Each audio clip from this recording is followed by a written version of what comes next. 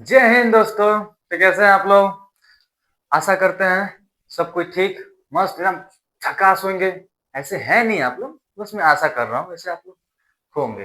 ठीक है, चलिए आइए, सबका स्वागत है हमारे यूट्यूब चैनल पे science hub by Amit sir पे। तो शुरू करने से पहले आप लोग को बता दें, इस सीरीज को अच्छे से फॉलो करिएगा और पूरा अच्छे से डेडिकेशन से देखिएगा। और 100% कह रहे हैं, किसी को इसमें कोई भी शिकायत नहीं आएगी। It's my promise.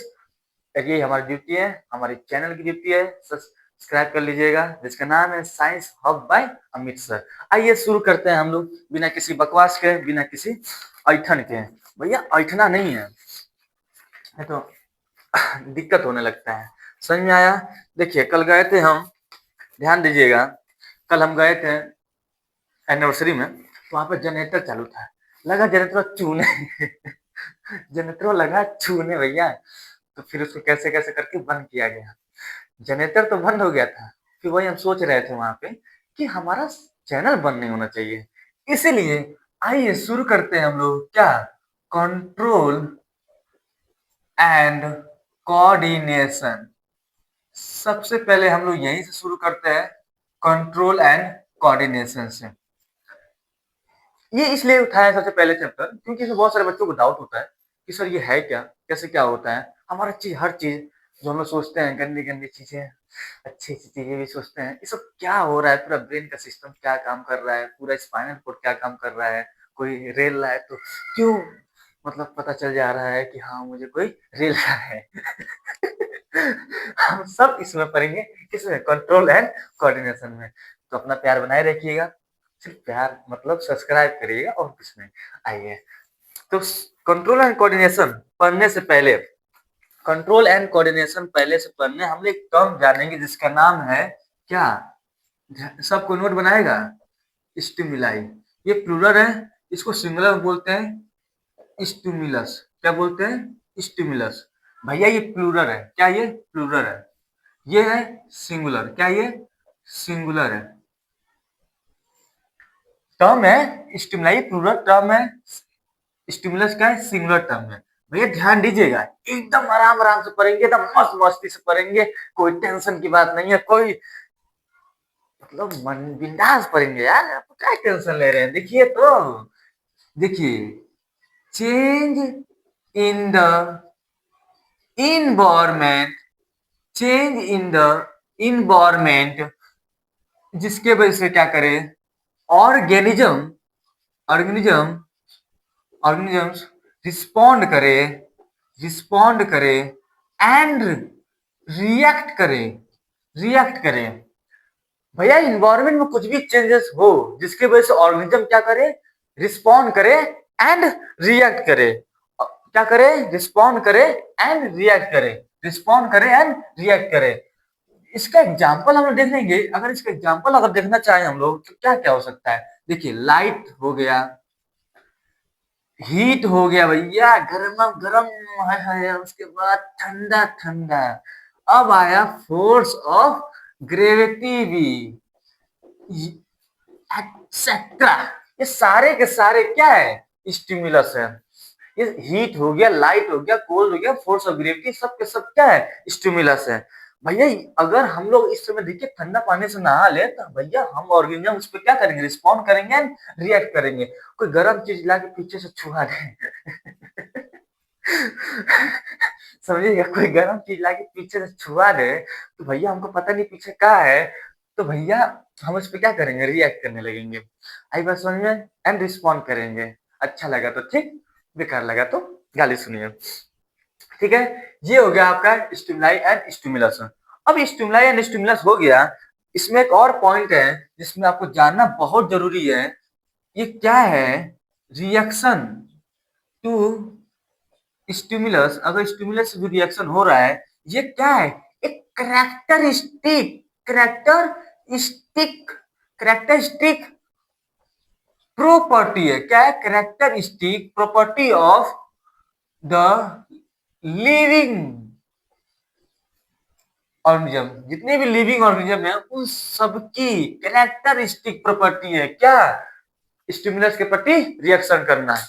भैया पीछे से कोई गर्म लाके छुआ दे तो हमारी ये जिम्मेदारी है ना कि उसमें हम रिएक्ट करें, उस पर रिएक्शन दें। तो ये कैरेक्टरिस्टिक प्रॉपर्टी है लिविंग ऑर्गेनिज्म की। आई बात समझ में? अब देखिए यहाँ तक अगर हो गया तो एक टर्म है हमको अच्छे से जान जाना चाहिए, वो क्या है ध्यान दीजिएगा, वो है भैया, अब हम लोग देखिए ये अगर पढ़ लिए, अब देखिए चैप्टर का नाम है कंट्रोल एंड कोऑर्डिनेशन। सब कंट्रोल तो सबको पता है भैया, हम 4 दिन से कंट्रोल किए हैं। क्लास में हम जब पढ़ते थे क्लास में हंगामा होता था, हम 6 दिन कंट्रोल कर लिए हैं, नहीं हम 4 दिन, हमसे तो होते नहीं थे, उठावना बानी है। तो भैया वही कंट्रोल है, तो वहां तो कंट्रोल हो जाती है, लेकिन कोऑर्डिनेशन क्या होती है वो यहाँ हम अच्छे से पढ़ेंगे। आइए देखते हैं सबसे पहले क्या, कोऑर्डिनेशन। क्या देखेंगे? कोऑर्डिनेशन। भैया कोऑर्डिनेशन है क्या, बस समझने की कोशिश करिए कोऑर्डिनेशन क्या है। Working working working together of the various organ various organ of an organism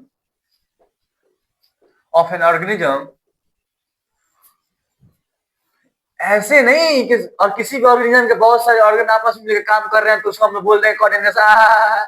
ऐसा नहीं रे, इन ए सिस्टमैटिक मैनर, इन ए सिस्टेमैटिक सिस्टमैटिक मैनर में काम करे, ऐसे ऐसे काम ना करे भैया, सिस्टमैटिक मैनर में काम करे, जिसके वजह से क्या हो, to produce proper response to produce proper response to the stimulus.